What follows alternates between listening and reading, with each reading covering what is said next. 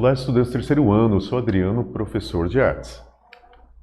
Nessa aula, pessoal, a gente vai dar continuidade ao nosso assunto sobre o Renascimento, então vai ser a parte número 2.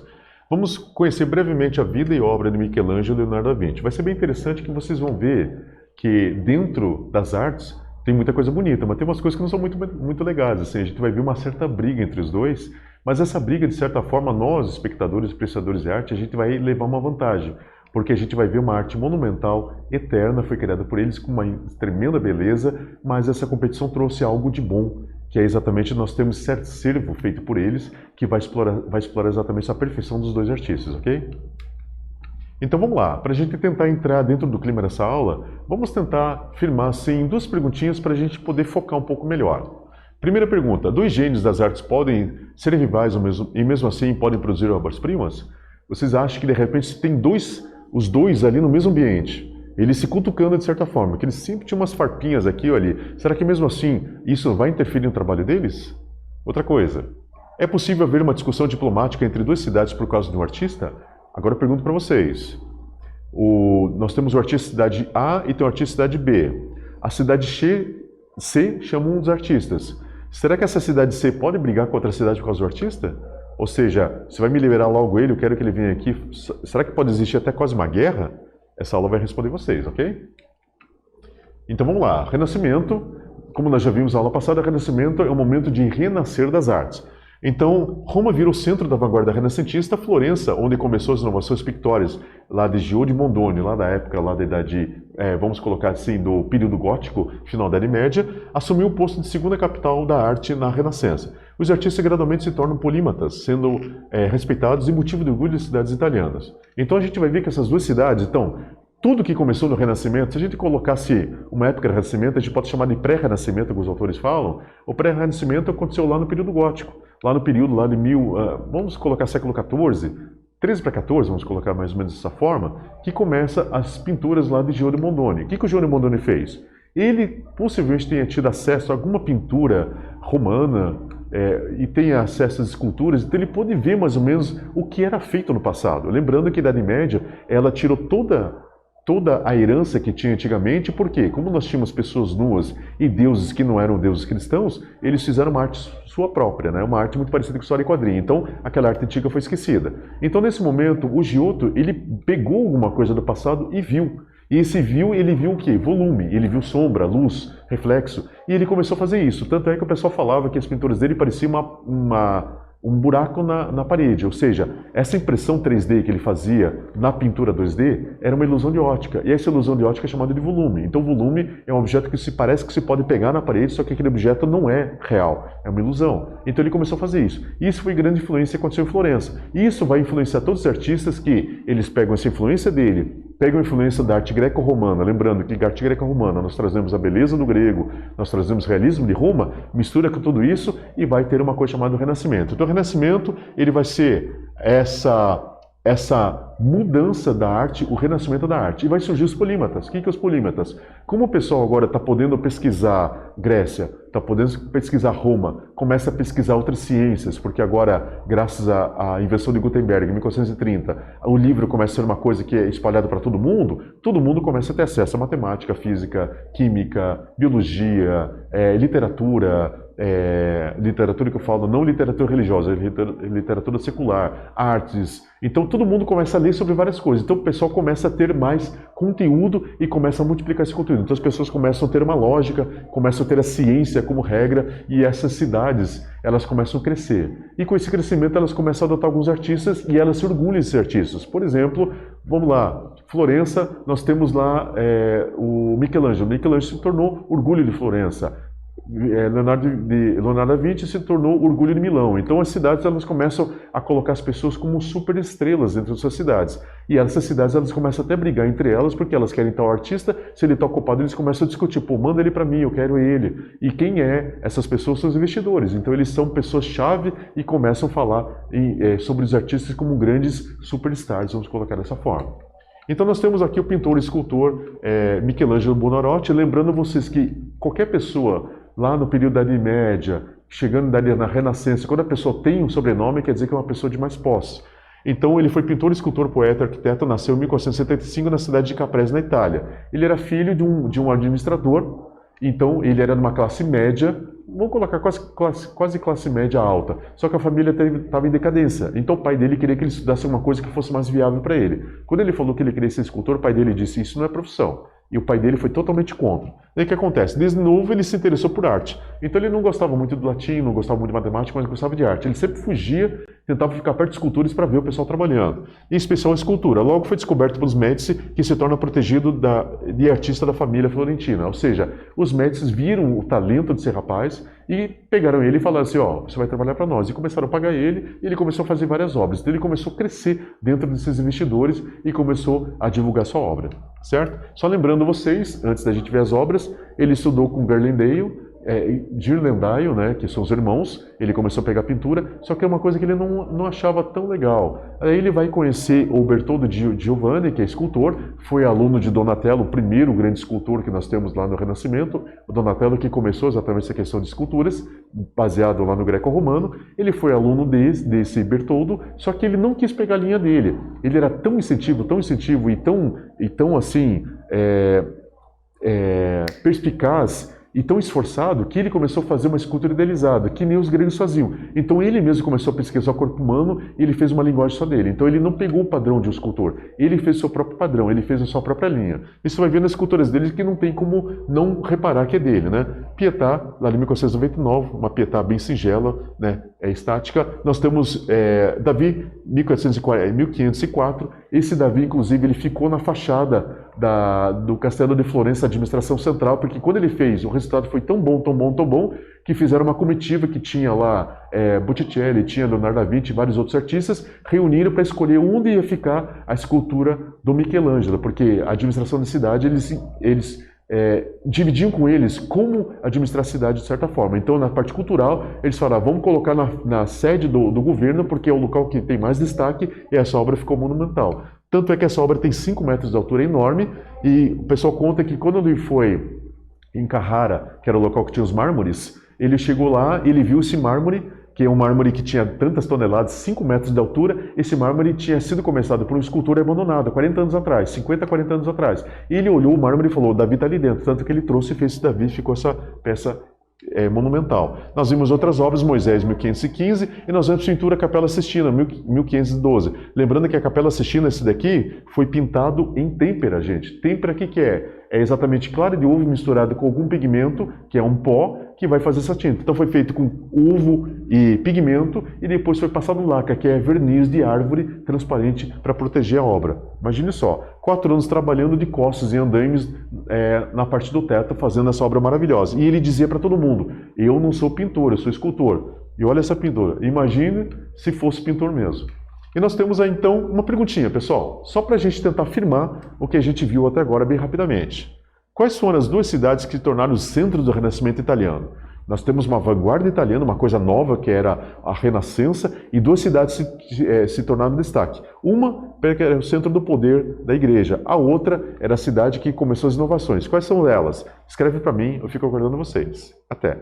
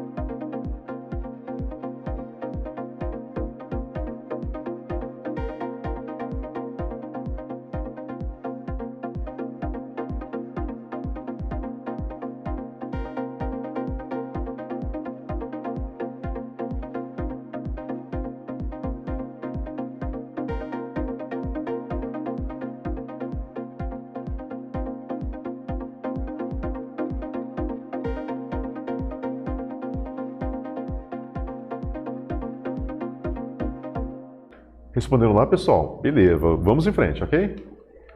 E nós temos mais uma figura lendária que é Leonardo da Vinci, que nem eu falei para vocês. Leonardo Buonarroti, ele tem um sobrenome porque ele é uma pessoa de posses. Leonardo da Vinci. Ele não tem sobrenome, é só Leonardo. Vinci é a cidade que ele nasceu. As pessoas pobres nessa época não tinham sobrenome. Sobrenome é só para as pessoas de uma elite maior. Então, Leonardo da Vinci, na verdade, o que aconteceu? Ele era um filho bastardo, ou seja, o pai dele teve ele fora do casamento. A mãe dele era uma camponesa. Então, ele era uma pessoa extremamente simples. E naquele momento da Itália, quando aparecia uma pessoa que era um filho bastardo, ou seja, que não tinha um pai presente, eles eram muito negligenciados e eram muito até brutalizados, de certa forma. Então o pessoal não tinha muita pena, assim, o pessoal não tinha muito respeito para essas pessoas. E ele era uma pessoa que ele teve uma genialidade desde novo, muito latente. Então desde novo ele já desenhava nas pedras do chão, então ele já tinha essa coisa de desenho, uma coisa muito natural. Tanto é que ele foi cientista, matemático, engenheiro, inventor, desenhista, pintor, escultor, arquiteto, botânico, poeta e músico. Precursor da aviação e da balística. A balística é exatamente o estudo de fazer o projeto de algum objeto. É usado como exemplo de protótipo do homem do Renascimento. Então o que acontece? O homem é excepcional, ele já tinha toda essa vivência de cabeça. Então ele era um homem que ele vivia pela ciência. Então, por exemplo, quando ele inventa o esfumato, como é que ele inventou o esfumato? Ele estava estudando a ótica, ele via que os objetos que são refletidos pela luz, eles não são objetos nítidos, mas são objetos meio esfumaçados. Ele fez essa experimentação dentro da pintura e deu certo, ficou uma coisa maravilhosa. Então a pintura dele esfumaçada, que é o esfumato, faz com que a pintura fique muito mais realista. Então isso ele viu pela ciência. Ele começou a ver o voo dos pássaros, começou a ver as propriedades, começou a ver o corpo humano, ele começou a dissecar cadáveres. Então ele começou a melhorar na sua parte artística exatamente por isso, por ter esse interesse. Então ele sempre fez uma arte baseada muito na ciência da observação. Então nós vemos que, se a gente fosse comparar nos dias de hoje, Albert Einstein, QI 170, Stephen Hawking, QI 170, Leonardo da Vinci, 190. Então a gente vê que ele era um gênio fora do seu tempo. E a coisa mais interessante é que todos os escritos dele, todos os protótipos dele, nenhum dele ele publicou, ele deixava lá. E a coisa mais interessante é que Leonardo da Vinci era canhoto, então ele escrevia com a mão esquerda ao contrário. Então você só conseguia ler alguma coisa que ele escreveu se você colocasse no espelho. Mais uma genialidade dele. E Leonardo ele se torna aluno de Verrocchio. Verrocchio significa olho bom, na verdade é Andrea de Siani. Andrea de Siani era um referencial dentro da pintura, ele era um pintor muito famoso e ele fez grandes artistas. E no caso, se não me engano, ele foi também professor do Botticelli. Botticelli, na verdade, o nome dele era Alessandro Filippetti. Botticelli era um apelido, porque nessa época o pessoal tinha mania de fazer apelido. Botticelli significa barrica, porque ele era gordinho, então por isso que colocaram esse apelido dele. Tanto é que Verrocchio é olho bom, ou significa que ele tinha um olho muito bom para a arte e ele ganhou esse apelido. Então nós vemos que nessa obra, o Batismo de Cristo, em colaboração com seu mestre, pintou o jovem anjo à esquerda que segurou a túnica de Cristo numa pintura a óleo. Então você vai ver que nessa canto esquerda aqui, esse anjinho aqui com a túnica na mão foi feito por Leonardo da Vinci. Lembrando vocês uma coisa, que nessa época, quando você ia estudar pintura, não é que nem hoje, que você chega a tal hora, 2 horas da aula, vou lá, faço um pouquinho de desenho, faço a pintura, 4 horas, acabou a aula, vou para casa. Não. Antigamente é o seguinte, você muito novo ainda, criança, você queria ser pintor, o caso do Leonardo, muito criança, ele já foi lá para o Verrocchio. Ele chega na casa da pessoa, ele vai morar com a pessoa, ele vai varrer, vai lavar louça, vai limpar a casa, vai fazer tudo, daí no momento que o Verrocchio vai trabalhar, ele vai junto. Daí, o que acontece? O que ele vai fazer? Ele vai fazer mistura de tinta, ele vai pintar a tela em branco, vai pintar o fundo ali com uma cor base para o Verrocchio começar. Gradativamente ele vai melhorando tecnicamente, ele começa a fazer um personagem aqui, um personagem ali. Quando ele já está muito bom, ele começa a fazer um personagem principal e quando ele está excepcional, o pintor que ele tem essa oficina, o pintor ele vai fazer todo o traçado e vai falar, pinta para mim. Daí esse aluno pinta. Daí o pintor, que é dono da oficina, ele vai lá e só dá um toque final para dizer que ele fez alguma coisa assim no quadro, mas quem fez o outro. Então o Leonardo da Vinci ele vai estudar com o Verrocchio e com 20 anos de idade ele já é considerado gênio, já é considerado pintor profissional. Então ele tem uma ascensão muito rápida com o Verrocchio. Então vai ter um certo momento também que Leonardo e Michelangelo, que eles eram, vamos colocar aqui na época da Renascença, nós temos 3 figurinhas muito fortes. Nós temos Rafael, que na verdade é Raffaello Sanzio, nós temos Leonardo e nós temos Michelangelo. Os dois, em especial, eles tinham uma rivalidade muito grande. O Rafael era mais novo, então o Rafael estava chegando há pouco tempo, então não tinha muita coisa com ele. O Rafael era o homem das Madonas, fazia as mulheres muito bonitas.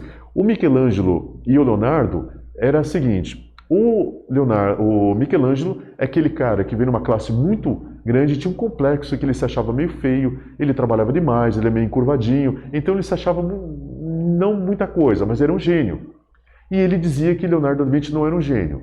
E Leonardo da Vinci, por outro lado, era majestoso na pintura e Michelangelo majestoso na escultura. Eles dois tinham essa rivalidade. Leonardo da Vinci era vamos colocar o confete da festa. Ele chegava em todo lugar, participava de festa, saía com todo mundo, muito popular, muito inteligente. Os reis se apaixonavam por ele porque achavam ele uma pessoa excepcional. Então ele era popular. Então tinha o impopular carrancudo, que era Michelangelo, bravo demais, e tinha o Leonardo da Vinci, super gente boa, muito simpático do outro lado. Então, essa rivalidade de temperamento que acontece no momento. Lembrando que Dante Alighieri era uma das pessoas que estava aí no meio. Então, nós temos uma efervescência de pessoas e eles sempre tinham essa meia discussão entre eles. Os dois, um achando que o outro era gênio, mas os dois não admitiam que o outro era gênio. Então, essa rivalidade. E acontece que em 1504, os dois são chamados para fazer os murais do Palácio de Signora.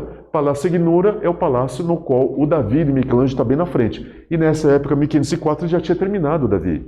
Então, o Davi estava pronto lá na frente, bonitão, e eles são contratados para fazer 2 painéis, um de frente para o outro, os dois ficam no mesmo ambiente. Lembrando que é chamado de Palácio Vecchio, é o centro do governo florentino. Quando os 2 artistas apareceram em Florença, que foram fazer essa pintura, agora imagina o carnaval na cidade. A cidade ficou em festa, tinha 2 gênios da pintura lá.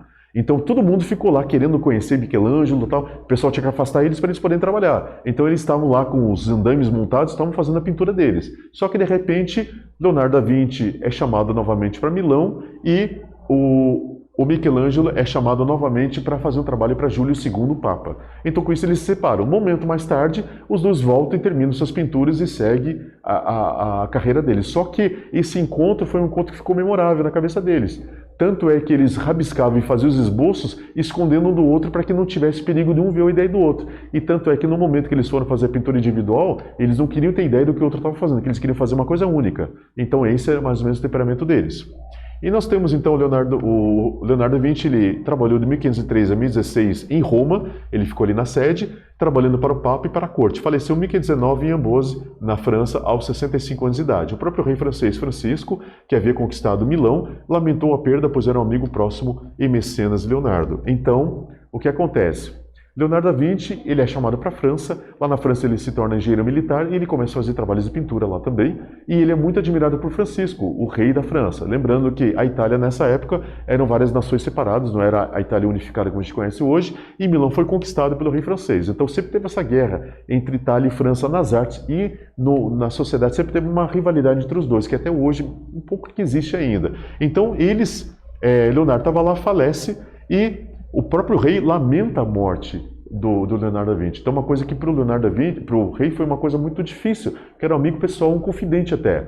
E tanto é que o túmulo do Leonardo foi feito na França, mas teve tanta guerra religiosa naquela região que o túmulo dele foi perdido. Até hoje a gente não sabe onde está o corpo do Leonardo da Vinci. Ao contrário de Michelangelo ele morre em Roma, ele ficou até o final da vida em Roma. E olha só que interessante. O pessoal de Florença vai em Roma, rouba o corpo dele, ele morreu com 88 anos de idade, rouba o corpo dele e leva lá para Florença. E até hoje está numa basílica, é a Basílica de Santa Cruz, se não me engano, até hoje o corpo dele está lá. O pessoal de Roma soube do roubo do corpo do Michelangelo e pensou assim, não, a cidade ama ele, deixa quieto, não vão fazer nada, e deixaram quieto. E até hoje o corpo dele está lá. E o corpo do nosso grande Leonardo da Vinci foi perdido. E tá vendo que a gente colocou a imagem da Mona Lisa aqui, que na verdade o retrato de Elisa Girardini, que aconteceu lá em 1503 mais ou menos, de 1513 a 1519. Essa pintura, quando o Leonardo da Vinci morreu, estava com ele ainda. Por quê?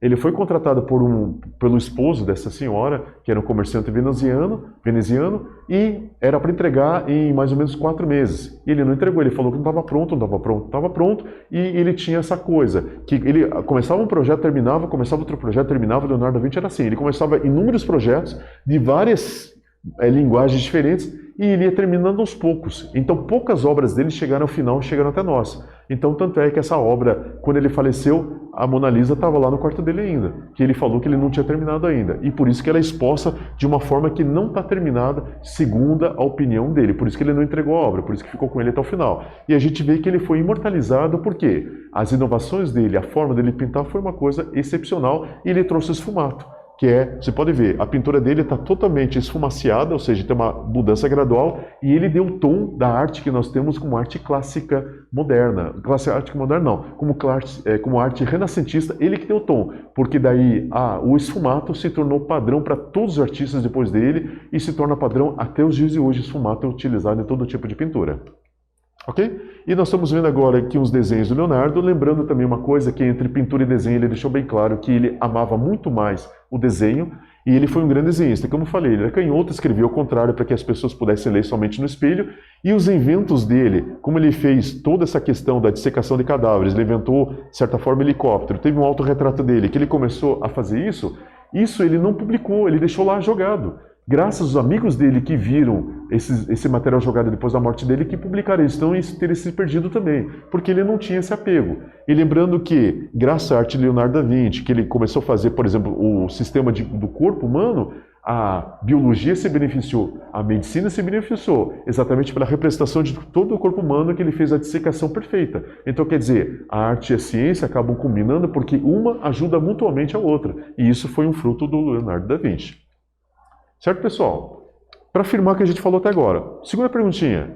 Com quantos anos Leonardo da Vinci se qualifica como mestre na pintura? Eu falei para vocês. Em idade X ele se tornou mestre da pintura.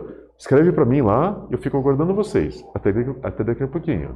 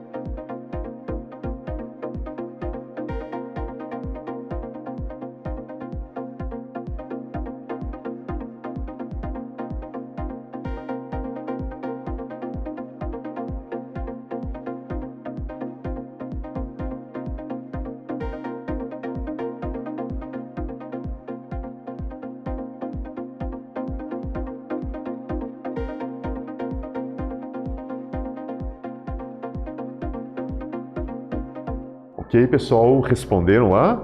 Ok, então manda para mim que estou aguardando.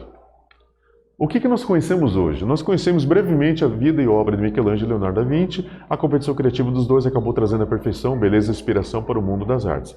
Lembrando vocês que os dois foram rivais até o final da vida, na verdade eram amigos. Até conta um dia que o Leonardo da Vinci estava com o Dante Alighieri, estava com o Botticelli e tinha mais, se não me engano, o Rafael junto, estavam conversando e Michelangelo estava vindo do outro lado. E eles estavam conversando sobre a obra Inferno, a obra de Dante Alighieri. Daí o Leonardo, que ele gostava muito da obra de Dante Alighieri, e o Dante Alighieri estava ali, o cara que escreveu a obra, do lado, e estava vindo Michelangelo, e daí eles perguntaram o que ele achava sobre essa parte da obra, e era para o Leonardo falar, o Leonardo falou o seguinte, não, vamos fazer o seguinte, Michelangelo, vem aqui, ó, responde para eles o que você acha dessa parte. E Michelangelo, por ser um cara meio bravo, ele ficou louco da vida e perguntou para o Leonardo, Leonardo, você quer que eu responda? Tá tirando sarro de mim, né? E aquele cavalo dos esforços que você não terminou até agora, aquela escultura de bronze, lembra? Quando que você vai terminar? Leonardo ficou totalmente envergonhado e o Leonardo não quis fazer isso para humilhar. Ele quis fazer isso para criar amizade com o Michelangelo, porque o Michelangelo era muito turrão,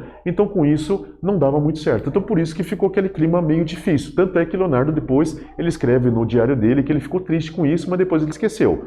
Outro caso, só para vocês verem o temperamento de Michelangelo, ele estava lá, terminou Davi, ficou muito maravilhoso, bonitão lá, ele convidou um amigo próximo dele para ver. O amigo dele olhou assim para a escultura e falou, puxa, muito bom, mas acho que o nariz está meio grosso. Michelangelo é meio bravo, mas ele ficou calmo, ele subiu no andaime, foi lá, chegou no nariz, o que ele fez no nariz? Ele tirou o mármore do nariz e o mármore foi para o chão.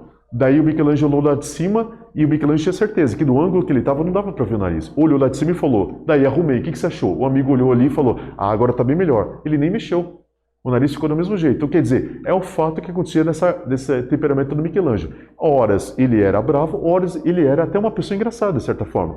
Ele tinha muito poucos aprendizes. Ele não tinha mania. Leonardo tinha um monte de aprendizes. Leonardo procrastinava, ou seja, ele fazia o trabalho, todo mundo fazia trabalhar para ele. O Michelangelo não. O Michelangelo ele começava, ficava 20, 25 horas ali trabalhando, não saía de lá, era um homem de trabalho. E quando ele tinha algum aprendiz que era muito raro, o aprendiz chamava ele de pai, porque ele era uma pessoa carinhosa. Então o Michelangelo ele tinha essas viradas de temperamento e quanto mais velho ele ficou, mais bravo ele ficou. Tanto é que a Basílica de São Pedro, aquela parte da estrutura, do domo dela, a parte de cima, foi Michelangelo que projetou como arquiteto. E ele não recebeu pagamento, porque ele não quis. Ele disse, eu quero deixar uma obra memorável para a eternidade, para a igreja. E ele fez aquela obra maravilhosa que Bramante começou, se não me engano, Rafael fez parte também, vários arquitetos fizeram parte. Michelangelo fez a cúpula, que é exatamente a parte de cima, e ele entregou e não cobrou nada, entregou de graça o trabalho como uma contribuição para a humanidade. Essa é a forma que ele deixou bem claro, ok? Pessoal, nessa aula nós conhecemos um pouco sobre a vida de Leonardo da Vinci e a vida de Michelangelo. Espero que tenha sido proveitosa. Temos conhecido muito sobre cada um deles, a forma deles viverem, e nos encontramos em uma próxima oportunidade. Até, pessoal. Tchau, tchau.